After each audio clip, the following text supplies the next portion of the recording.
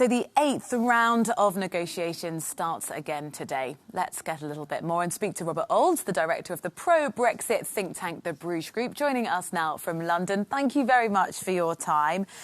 So, a no-deal Brexit. It seems as though that is more likely to be on the cards only because Boris Johnson has said, look, I've got this deadline of the 15th of October. Do you think that is going to be a likely scenario that they end up having no agreement between the two parties? I think it's more likely now that there will be a deal between Britain and what remains of the European Union.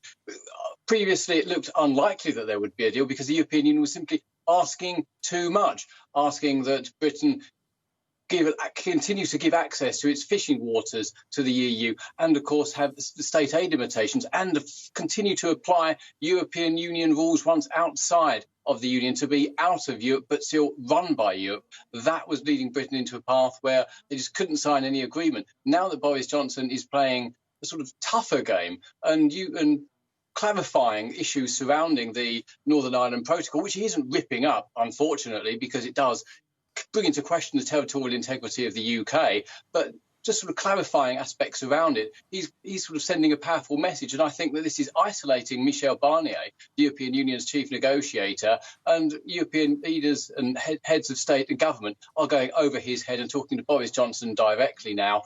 And there is more chance of they're coming to a deal because, of course, they know that there's very short of time. They just have a matter of days until the 15th of October to strike this arrangement. And they know that Britain isn't going to back down, so there will be a reasonable agreement that will probably be reached, the fair trade deal that Britain wants, something that the European Union has given to countries like Canada and South Korea and should be applied to the UK as well. Talking strategy is nothing new. We've seen this time and time again. It's actually very familiar territory for the British Prime Minister. He will have to compromise. Where do you think those tension points are going to be and how much scope do you think there is from the British side to be flexible there?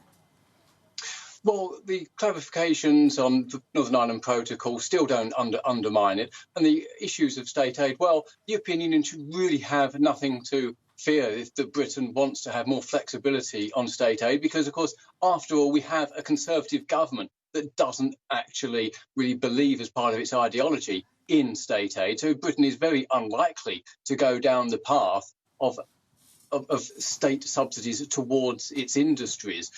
That is something that the European Union doesn't have to fear. We're not going to undermine you and outcompete you through such an antiquated economic model. There, of course, may be areas where we want some flexibility. There may be emergencies that arise. But otherwise, this is very unlikely that Britain would go into an area that is really contrary to what the European Union wants and undermines its competitiveness.